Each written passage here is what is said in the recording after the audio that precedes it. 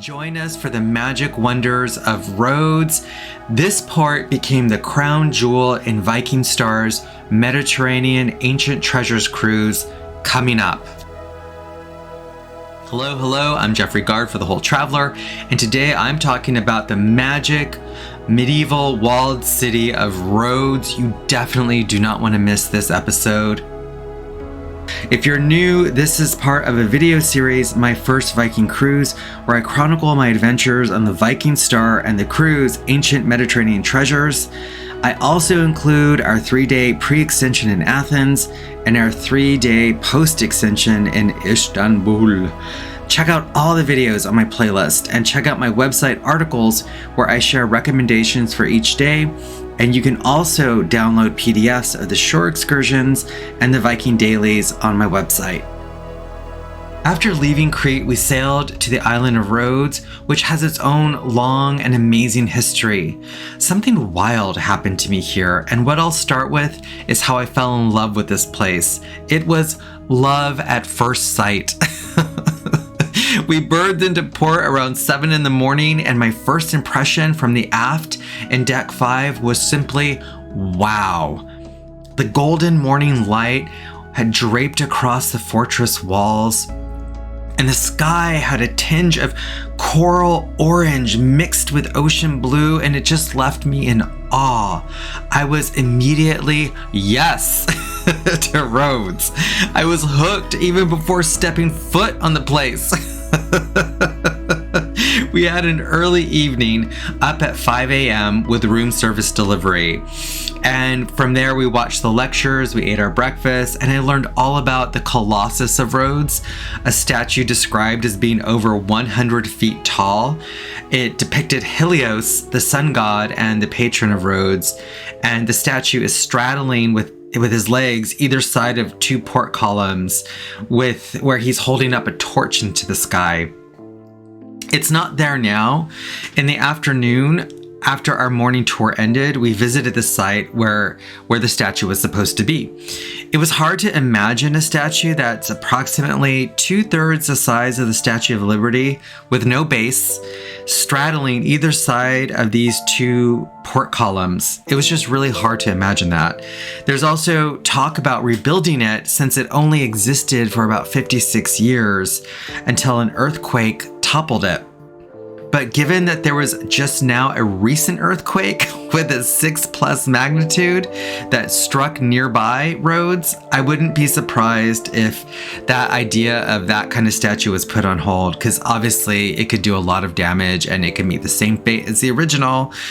But this is just an aside to the main event. The morning was buzzing with excitement. Everyone was gathering at the port entrance. And to my delight, there were no queue of shuttle buses. Yay! That's one of the many great things about Rhodes, is that the medieval walled city is eminently walkable. It's like a 5-minute walk from port to the walled city entrance. So easy. We disembarked around 8 a.m. to join our 8:15 free excursion, which was GRRHO01, which is titled The Rhodes Town Walk and Palace of the Grand Masters. The tour guide led us past the entrance gate, and from within, we were surrounded by stone walls, and it was just, you could feel the magic oozing out of every stone. For a city that was built up between the 13 and 1500s, it stunned me how well so much of it has held up and is still in use. They don't make places like Rhodes anymore, I'll tell you that much. There are, of course, ruins and fragments of buildings, like the hollowed out church where our lecture began. But overall, it's very difficult to not be impressed. Rhodes is considered to be a masterpiece, one of the best preserved medieval cities in all of Europe. It was given UNESCO World Heritage status in 1988, and it was given that status for very good reason. You will not be disappointed by what you find within the walled cities. The tour guide led us to the city center that featured a beautiful fountain. Here At Hippocrates Square, there's a famous landmark fountain with an owl perched on top.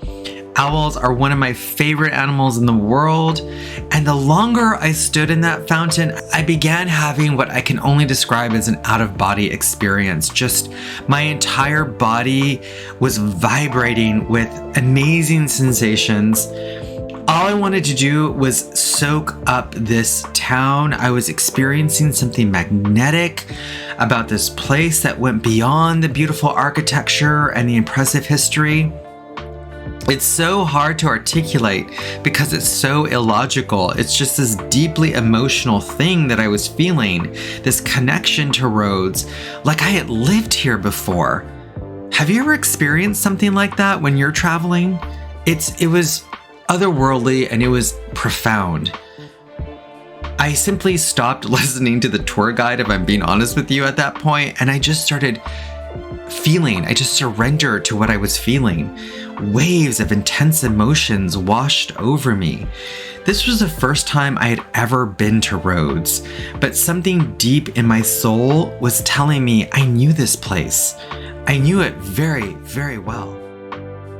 If history excites you, then buckle up, because walking along the Street of the Knights in Rhodes feels like you're stepping into a time machine.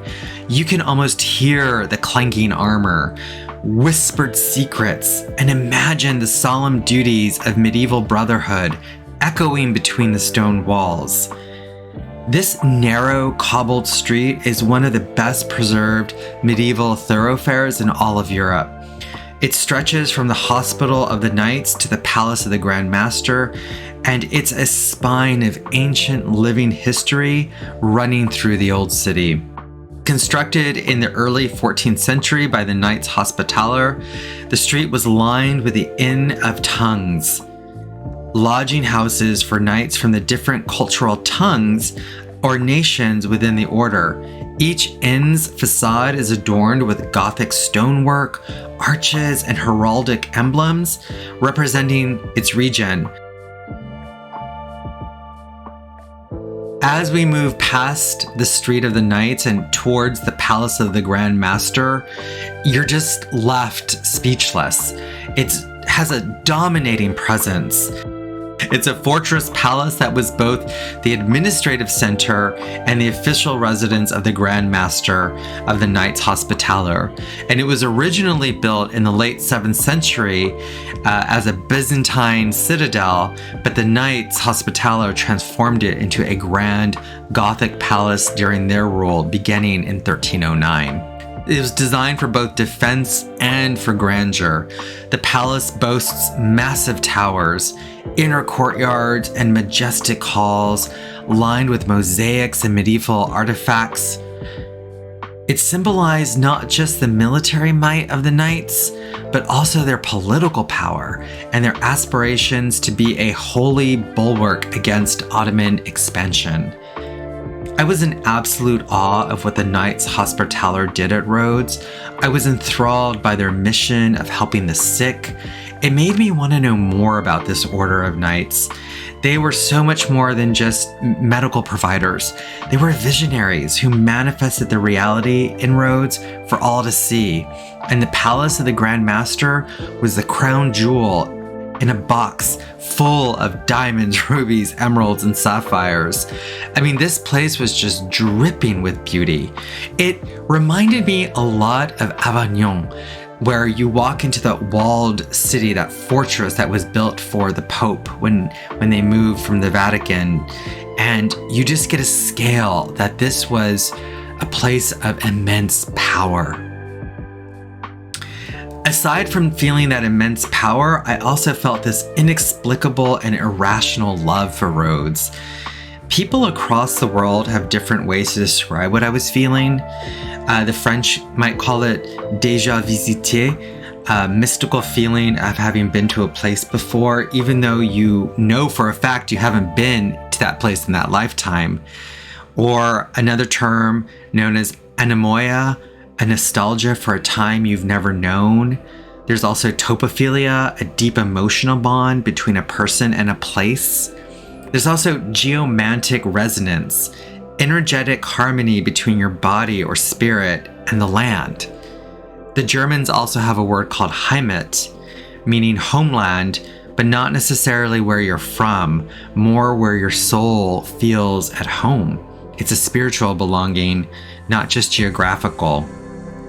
The Portuguese also have a term called saudade, which is a bittersweet longing for something lost or that's far away, especially when you leave and ache for a place that you just barely met. I was already feeling all of these. And the feelings just intensified the longer we were there. After the tour ended, we were free to roam for the rest of the afternoon. But first, we went back to the Viking Star for a very quick buffet lunch at the World Cafe. We were in and out of the ship in about 30 minutes. We just wanted to max out our time in Rhodes because I was all in the feels. I mean, I was just lost in complete awe, wonder, and love. As we went through the empty moat, we toured the narrow alleyways, admiring the arched stone buildings and gates. It wasn't just the majestic sights either. It was also the mundane stuff as well. The simple streets with cats running through it, bougainvillea blooming against an old house.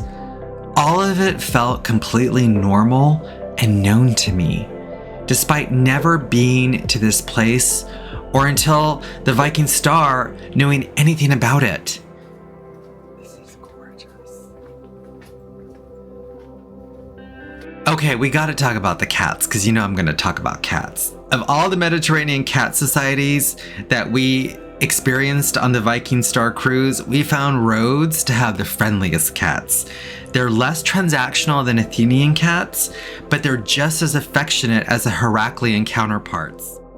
But sadly, all good things had to come to an end, and it was time for us to return back to the Viking Star. Back on board, we did our standard tea at the Winter Garden, but we skipped the gym this time and we took in the sunset. And I was just in awe of this magical ending. It was like a storybook experience for me, you know, and there's not really a whole lot of special stuff to share other than just something deeply personal happening, like my connection to it. It made me realize something though about cruising. All you need is that one hit of pure magic while you're on a cruise, and the rest of the cruise before and after becomes good. It's magical how that happens, but for me, this was Rhodes. Rhodes unlocked something in me that I will be forever grateful to the Viking Star for. The next day, we were headed to Kusadasi in Turkey to see the ruins of the ancient city of Ephesus. And oh, have I got a story to share with you about that place. Stay tuned.